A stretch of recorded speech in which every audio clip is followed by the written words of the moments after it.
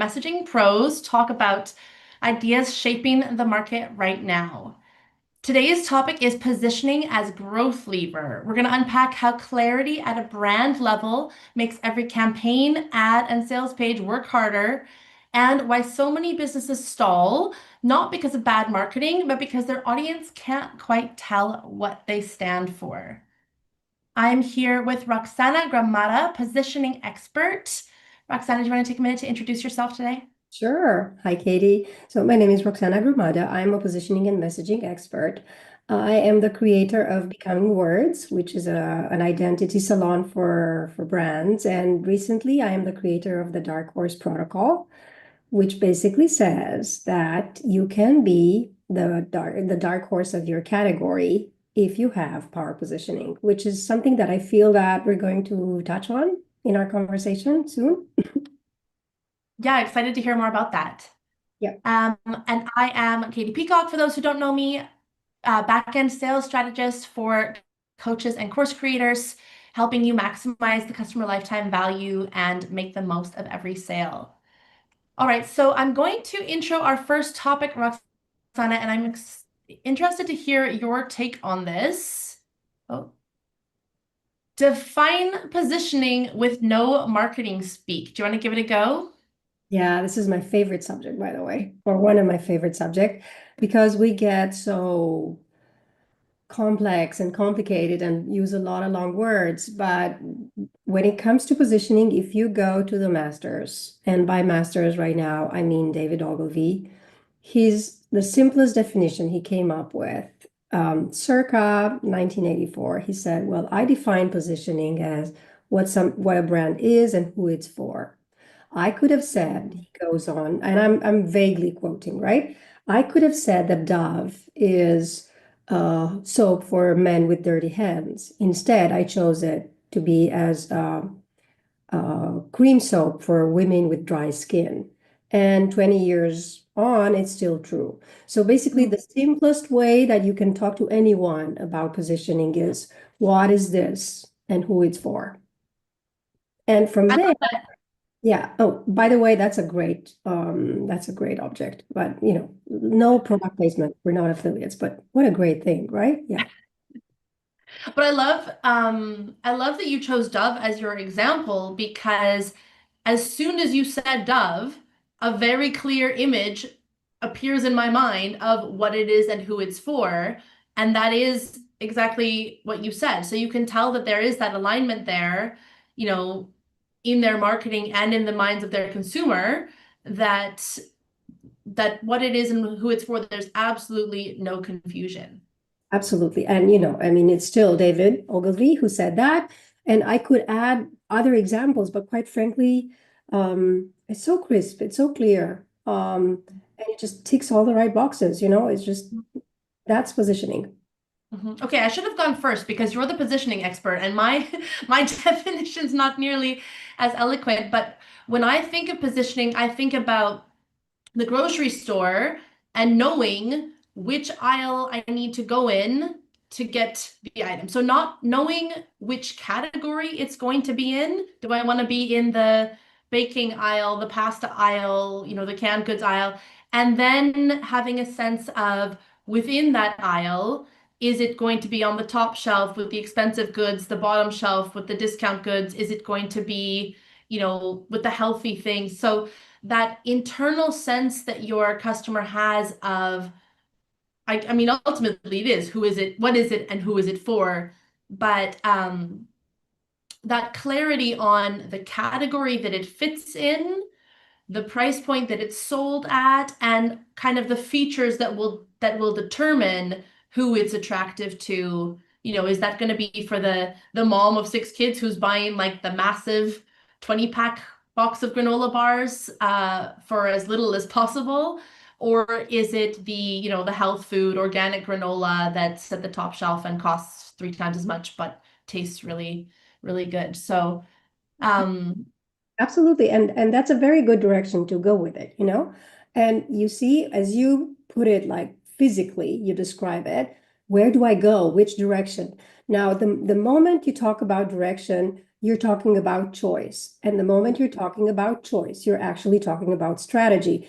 It's probably one of the best brand strategy books that have ever been written. It's called um, oh my God, the name escapes me right now. It's written by two PMG executives, you know?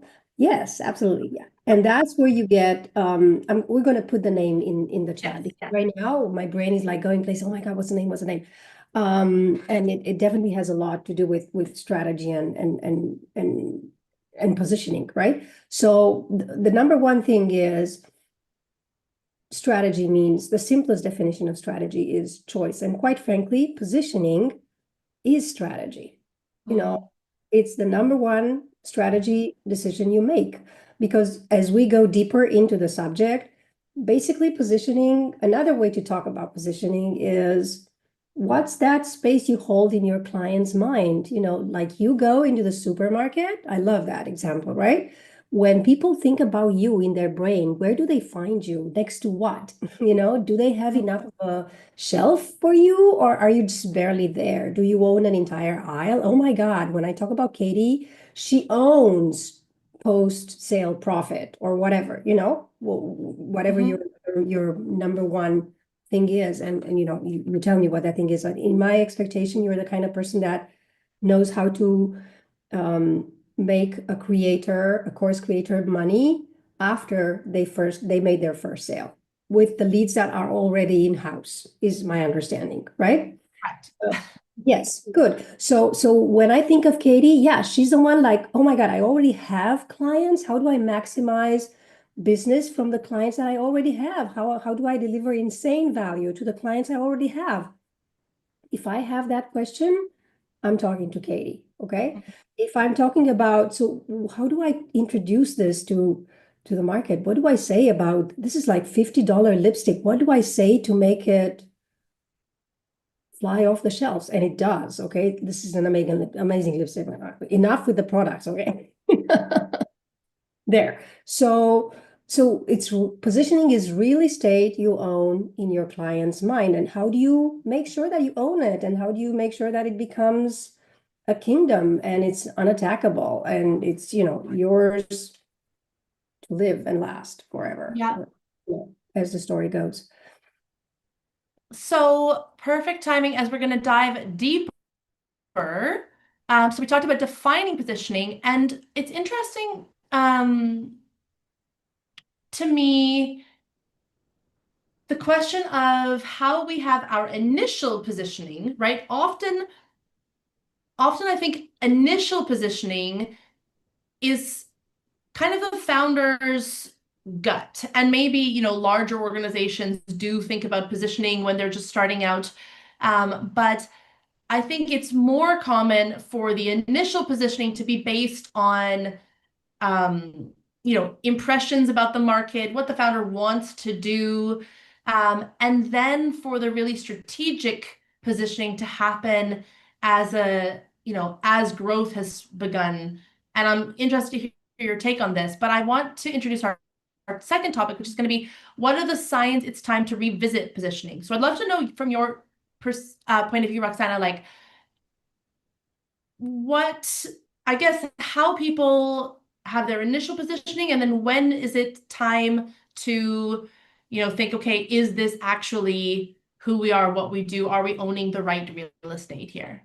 Yeah.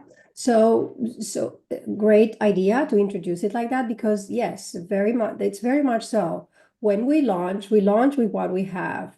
So we don't really have that much proof.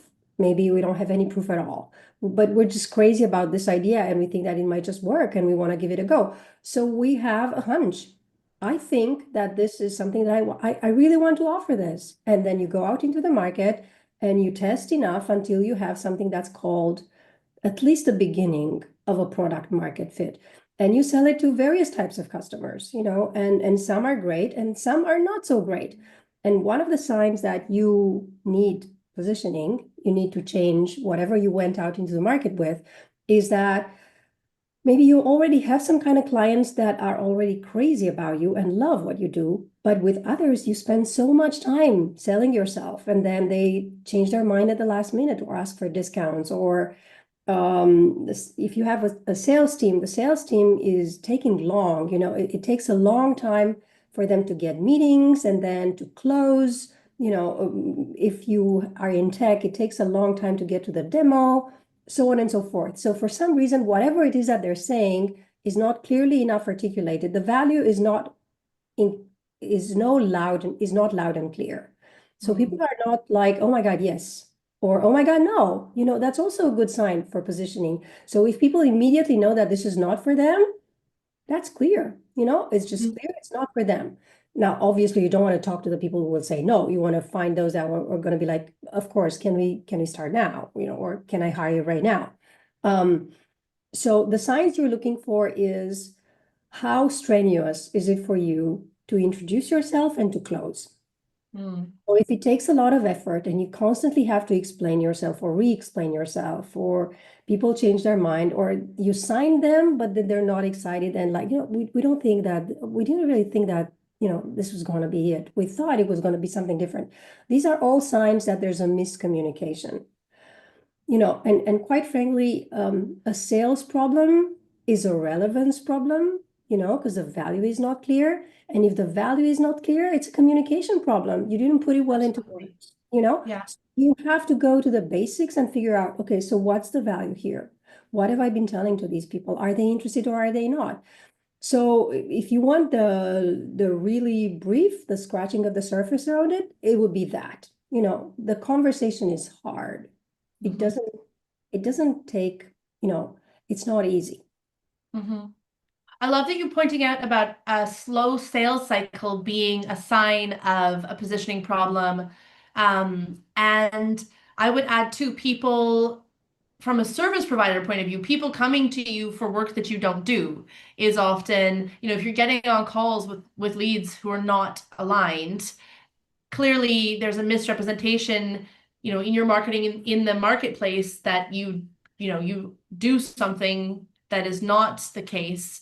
And likewise, I think, when people are referring to you as like, for my audience, the something coach, right? The marketing coach, the marriage coach, like you want that to be aligned with that number one thing that you want to be known for. And that's where, um, back when positioning was something that I did for my clients, it was often a mix of what you're saying, that slow sales cycle, but also a more internal knowing that that's not what I want to be doing. That's not what I want to be known for. So almost a sense of the legacy that I want to leave is not what I'm currently known for. And so it's time to reposition so that the work that I'm doing is aligned with what I want to be known for. And I think that's where, we've talked about in other places how when you have that alignment, that growth really starts to happen. Absolutely. And I love that you said that. I actually wrote an email to my list and the subject line was, it's time for you to say it, you know? Mm. And where I went with that email was that sometimes it just feels that you've outgrown who you are, or maybe your outfit. How you introduce yourself, how you present yourself into the world no longer fits who you are now. And you need to say something different because in the meantime, you've grown and you've learned and you've made choices. That's Mhm. also a sign that you need position. And I love how you said it.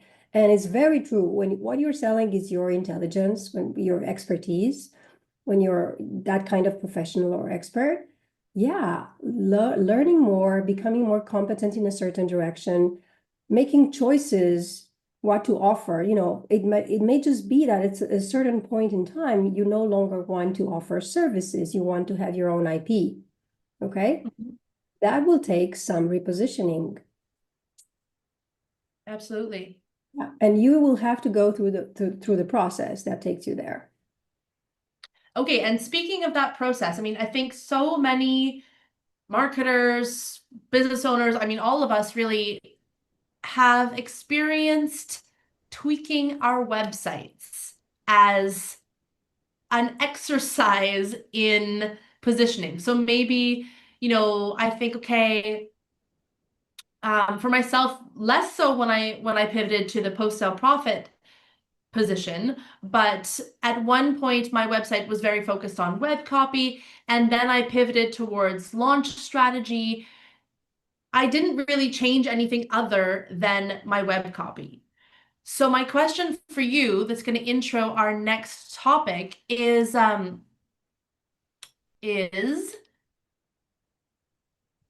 can you fake strong positioning with messaging alone? So is it possible to quote unquote update my positioning only by, updating my website, updating my content angles, or is there deeper work that needs to be done for true repositioning to have taken place? The short answer is no. Okay. The long answer, you will do whatever you can get away with. Okay. And that's not always best. Okay. So the fact that you changed your copy still reflects that there was a certain amount of time you were sitting maybe at your desk or behind the wheel and you were thinking about your business and you were like, I've been offering this, but right now I'm not going to do that anymore. And maybe you weren't saying it fully, like because I've changed, or because I feel that that work is not fulfilling anymore, or because I'm exciting about this part of the process, or I really love helping this kind of client now. Okay. So at least fragments of that process had been going on your mind somewhere. Now, whether there was an actual output for it, that's a different story. And you want the output to be there and you want to process around it because it's going to help you, you're going to run the process way better for yourself. The output is going to be of better quality. But second of all, you also want to learn and you want to have the kind of deliverables that are going to make the sharing, the integration of everything that you've uncovered very easy. Okay. Because it's one thing when you're like, you know what, I just thought of this and I'm just going to put it on the website and it's better than nothing. It is better than nothing. But it's also not as good as having your positioning canvas where everything is there. And whenever you need to create a new deliverable, or you would be hiring somebody, or you would be onboarding somebody in your team, that document is there. Okay. Now, having the document, which is not very lengthy, okay, maybe you want to have just one page, just having that requires a kind of, it's like the work of a master that gets distilled into a few flavors. Yeah. Okay. Because positioning, if you listen to Martin Neumeyer, okay, which is one of the guys that has been doing a lot of work in brand positioning, it's like 12 words, no ends, buts, or commas. Okay.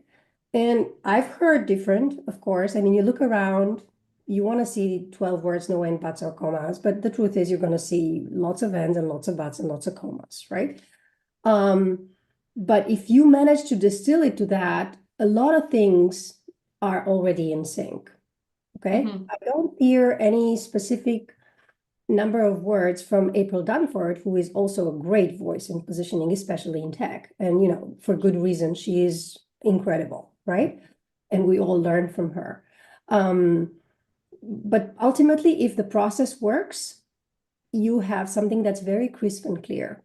Okay. So I'm going to give, again, it's not a services example, but I think it's a very clear example, right? So for instance, if you're familiar with this woman entrepreneur called Sarah Blakely, okay? Sarah created this thing called Spanx. It's a body shaper. Now, there are many ways you can introduce a body shaper, okay? But the way that she actually positioned it is the promise that she came up with is, I promise you, whoever you are going to look great in white jeans. Okay. Now you see, if you look great in white jeans, it means your cellulitis is not showing, etc., etc. You're not going to look great just in white jeans. You're also going to look great in chiffon dresses or, satin, sleek, camel-like, whatever gowns that you take to the Oscars, etc.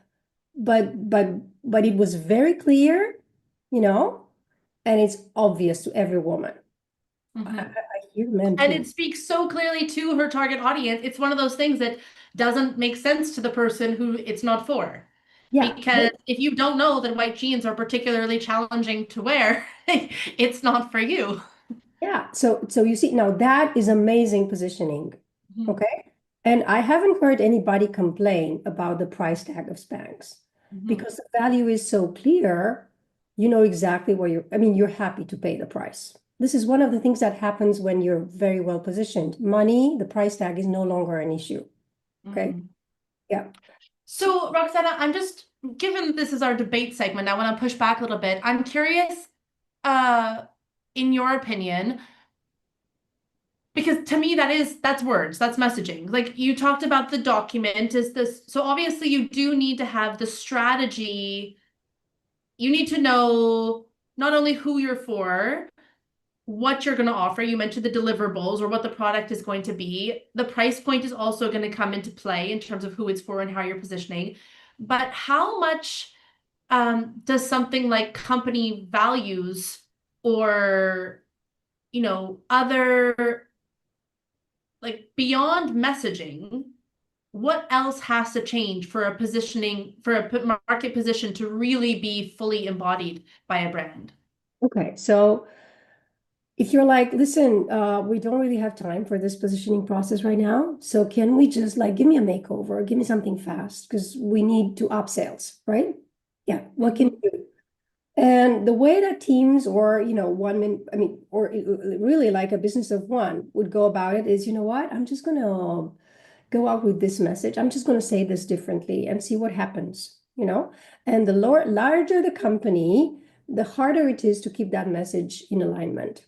But let's Mhm. assume for a second that you do your best, and, sales does something and is sort of in alignment with whoever does sales enablement and whatever marketing assets there are out there, getting or product, you're doing your best to have sort of the same thing. The truth is there will be sooner or later there will be cracks in the process. If there aren't, and this is enough, it means that everybody is in alignment already. And oh my God, hallelujah. But when has that actually happened? Okay. So the difference between messaging and positioning is that you can hire a messaging expert to come in and say, listen, we need to say these differently. And I think that we might have been dumb about the way we presented our value, Can you help us a bit? I mean, maybe they don't say it, they maybe don't use the D word, but anyway, that's the point, Well, how do we say it better? Um, and then there will be issues like it's too jargony, it's too generic, it's not specific enough. It's too much about the feature and not enough about the benefit, stuff like that. This is stuff that you can always fix with messaging, you know? The message is what it is, and copywriting is how you say it, okay? So you go through it. But before this comes positioning, which is what's this product and who is it for? And what are the key attributes? What are the main themes, the bucket themes of value, and who is the client that's most interested in? What's the category? Can I layer a trend, etc.? Which is, I'm cherry picking from April's Mhm. process. Yeah. Mhm. So, um, I think we talked about we want to revisit it based on personal growth, based on maybe, trends in the market where our existing positioning is no longer relevant. And on the matter of messaging versus positioning, you're saying positioning is that foundational work that you're doing before you even bring in a messaging expert. You want to have that clear. Yeah, it is. And if for messaging, sometimes you just talk to marketing or maybe even product, for positioning, the entire company has to be involved. Of Mm. course, the conversation is way easier when you're dealing with a smaller company, because quite frankly, it's just, you're talking to one person who takes the decisions. You just have to first of all, persuade them to make time for this. So instead of using the time to write email sales or for sales, or or reach out to customers, or whatever it is that they want to do, you have to say, listen, now we're going to sit down and go through this process, and we're going to figure out what you're actually offering and to whom, you know? And where the conversation gets interesting is one of the reasons this doesn't really happen is that there are other factors or obstacles in the way. And one of the obstacles in the way is that we're not clear about it, you know? So you say I need to have one client, I can't decide. Okay, for the life of me, I can't decide who is my one client. Okay, you say I should offer only one thing, and I don't, because I make good business with the other one. Okay, um, you say I should only do one tiny thing, but the thing is, I get so much satisfaction out of doing the whole thing, and ultimately, if I don't get the satisfaction, I don't want to show up for work. And this is my lifestyle business, and if I don't work, I don't make any money, so I'm not going to shift. You know, Mhm. all of these factors are need to be taken into consideration. And in order to get to a point where you're like, yeah, I'm ready to do the positioning process and I can do it easily, you have to get your mind into the right space around it. And that's where the dark horse protocol comes in. Okay. Now, essentially, if you want to be the dark horse of your category, which is like the unexpected winner, came out of nowhere, but is doing really well, which means what? You're fully booked. You charge as much as you want. Maybe there's a waiting list. You get featured in the kind of podcasts and publications you want to be featured. You have access to bigger and better clients, whatever it is that you define that, okay? And you're doing something really cool, what you're doing is great, and you don't have to worry about other people are offering the same thing, right? Now, to be in that kind of situation, it means that you've figured out the strategy pretty well, because essentially what the dark horse is an application on strategy. Remember how we started the conversation around choice? Yeah.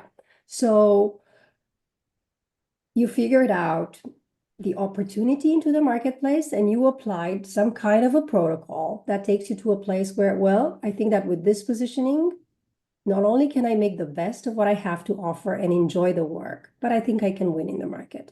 That's what we're doing, right? So when we do that, we have to take into consideration various things, such as what are you good at? And maybe there are areas that are overlooked.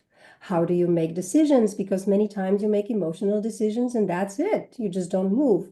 How is your mind structured? Where do you see opportunity? And then what's the kind of help that can take you to that place where you're like, yes, this is what I want to offer. Absolutely. Okay, so if you're listening to this and you're like, wow, those are questions I need to help some support answering, you should absolutely reach out to Roxana and follow her to learn more about the Dark Horse Protocol. All right, Absolutely. so as we come to the top of the hour, I think we're going to wrap up with a quick conversation on our last segment for today, which is our test lab or tangible tactics, quick exercises or frameworks we use to clarify positioning. And I'm going to go first this time since you're the expert. I'm going to share mine that I use, and then I want your feedback and I want to know yours. So when I would work on positioning with my clients, my go-to first prompt that I would ask them is, of all of the insert category out there, right? Of all of the copywriters out there, I'm the one you go to when you want to blank. Because I think that when we get there and you think, I mean, I always picture the shelf, right? The supermarket shelf in front of me of all of the um I don't know, of all of the positioning experts out there, you're the one I would choose if I want to, come out of nowhere and take over my industry. And I think that that is a great starting point for identifying what differentiates you, right? For identifying that unique selling proposition, and also for like what is top of mind about me. And it's not obviously going to get you the whole way in terms of the strategy and the, you know, the deliverables and how you're showing up online, but it's a great starting point to identify what road you want to go down and what real estate you're planning to claim. Yeah, and this is a good one, okay? Yeah, it's wonderful. And there are, you know, Thank you. I'll take so that from you. yeah, yeah, absolutely. Because and you know what? It you need to pay attention how people introduce you. You know, one of the questions I sometimes ask, if you were to introduce Katie to someone, what would you say about her? You Mhm, know, or what happened, what was said just before in the conversation at the party last night, and your answer was, you should talk to Katie. I think mhm. I think that's a problem for Katie, you know, talk to her, you know. Yeah. You want to hear that because what's hidden there somewhere is the actual promise or value that people equate you with.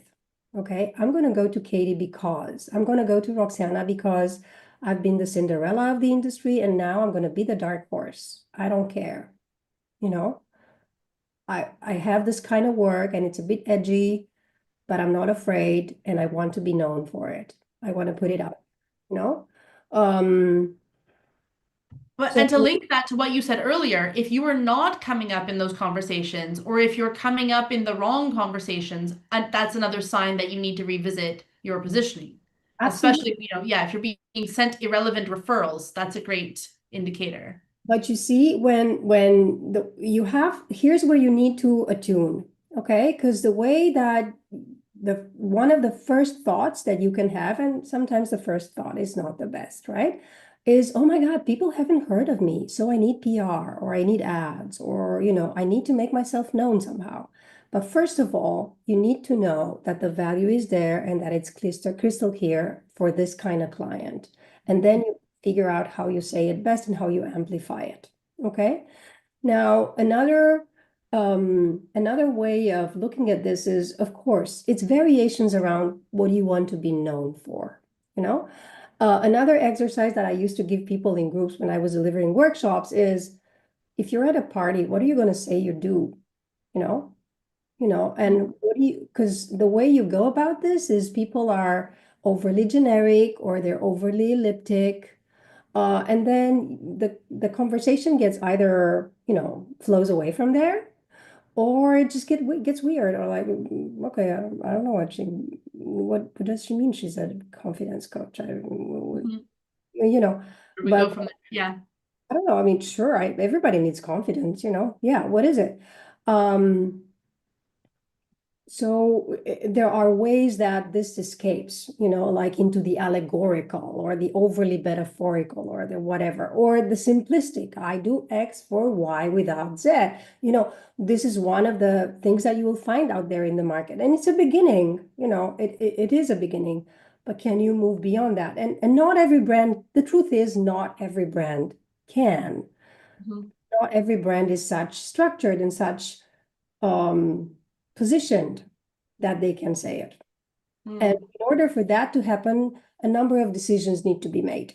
If they're not made, it's just not going to go there. It's as simple as that, you know. Roxana, can I ask, like, maybe as our final question for today, if I'm a brand or I'm the founder and I have a suspicion that there's an issue with our positioning, what do you recommend is the first step that I should take to test out the severity of that issue or to test out, whether we truly do need to reposition? So it's a very good question. Okay. Yeah. So first of all, just that you're thinking about it is the first good step.